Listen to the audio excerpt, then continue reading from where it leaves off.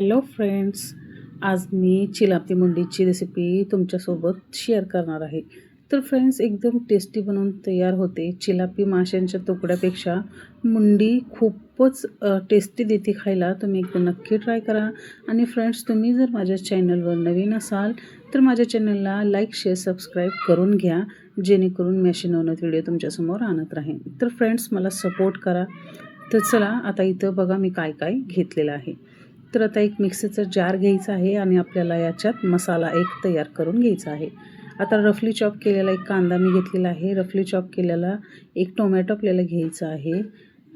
त्यानंतर लसूण एक गड्डं असं घेतलेलं आहे, ते आपल्याला सोलून घ्यायचं आहे. आणि हिरवी कोथिंबीर. आता याचं आपल्याला पेस्ट करून घ्यायचं आहे.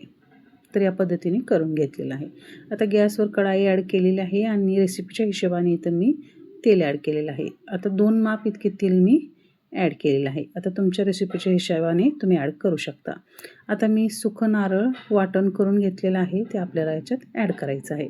अर्धी वाटी सुकं नारळाचं वाटण ॲड करायचं आहे आणि याला लाल होईपर्यंत आपल्याला व्यवस्थित असं परतून घ्यायचं आहे. आता हे लाल आपलं परतून झालेलं आहे. तर त्याच्यात जे आपण कांदा लसूणची पेस्ट केलेली होती ते पण आपल्याला व्यवस्थित तेलात परतून घ्यायची आहे आणि कच्चं पण जाईपर्यंत याला लाल असं भाजून घ्यायचं आहे. तर फायनली आपलं हे मिश्रण लाल झालेलं आहे. तर याच्यात आपल्याला घरगुती मसाला ॲड करायचा आहे. तर फ्रेंड्स, हे पण आपल्याला व्यवस्थित असं मिक्स करून घ्यायचं आहे.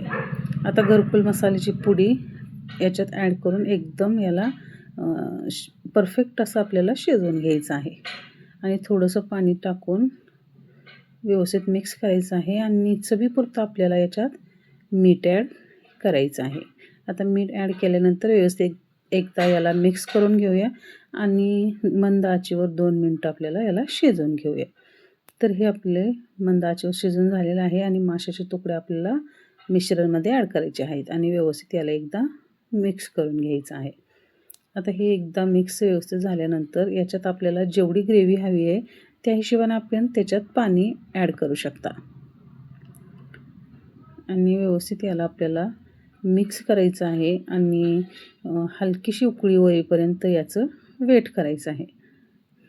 तर हे बघा, फायनली माशांना शिजायला उशीर लागत नाही, त्यामुळे 5 मिनटात आपली ही रेसिपी बनवून तयार होते.